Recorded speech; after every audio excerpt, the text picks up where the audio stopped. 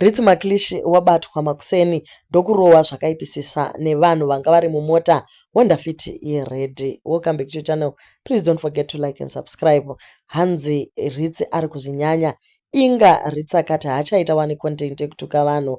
Ari kukumbira kubatsirwa kutsvaka maculprit vemota ABX 6314. Ati iye ndinoita content kuti mufare uye kuti ndichengete mwana.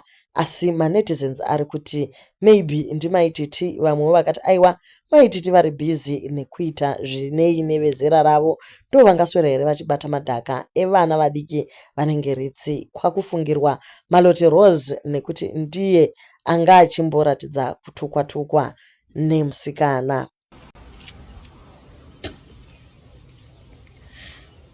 Guys, ndasingazivi kuti zvinhu zvandinotaura pasocial media munozvitora serious zvekuti munogona kunditumira vanhu kuti vauye vandirove. Ndamuka nhasi ndaenda kutakshop ndandine mumwe musikana anga angandiberekera mwana. Ndobva kwauya imwe mota yered akamira pamberi pedu. Ndobva vaburuka vakatanga kundirova nemahosepipe vachindikava vachindikika. Achiti andisatuke vanhu pasocial media unonyanyodherera stereki. Handiti kukurovera futi kuti unosapota Scotland. Unosapota Scotland unozivei nezvebhora iwewe kuti unosapota Scotland. Vatanga kundirova. Number plate yacho nyaya yacho totoendesa kumaporisa. Number plate ijulianga iri ABX 6314. Kana achikumbura kuti rudetsero renyu muri yeZimbabwe tichishandidzane nemaporisa tigone kubata mota iyi. Ndered ABX chijulina 6314. tozidilini anabvira amburowa ndingandichirowa. Guys, ini ndakataura kuti zvinhu zvandinoita pasocial media hazvisi zvinhu zvamunofanira kutora muhana zvekuti munogona kunditreka kwandinogara motumira vanhu kuti vauye vandirove. Musazvitore muhana ndingoriwo single mother nezamawo kuti ndirarame nesocial media. Hazvisi zvinhu zvekuti mungatonditumira vanhu. Hameno vatumirwa nani. Hameno vatumirwa nani varume ivavo. But Mwari ave naye munhu iyeye atumira vanhu ivavo. Saka ndichaisa number plate yavo. Anongoionawo ndoisa nhamba dzekuti mofonera.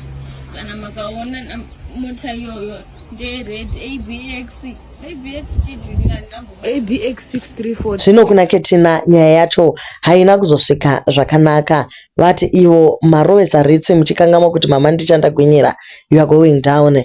Pano we don't play. Unonyura kuti new wakatemba. Tinodzifambira zvomene. Remember, we invest in our bitterness.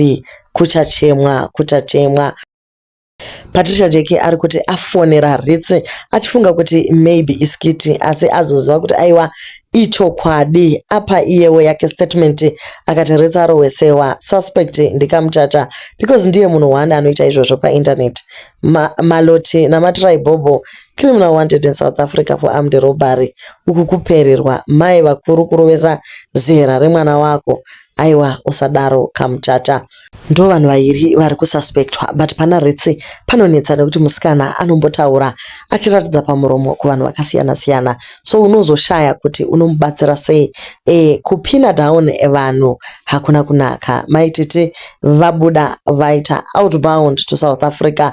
So kuti tivati vambowana time yekumboita zvana Ritzi. Guys, remember there was a time when Ritzi was directly insulting Maititi vachibva vangodecide kuti imboita zvezera rako usiyane nesu tiri vanhu vakuru. She could have done that then, but havana kuzviita. Hatisi kuvasapota, but tiri kungotiwo azviita anofanira kubatwa independently pasina kutsvakwa, because by the end of the day tichaisa masuspects then vacho vari kuita mhosva idzi vanovanda neava vanhu vagara vanozikamwa kuti pane conflict.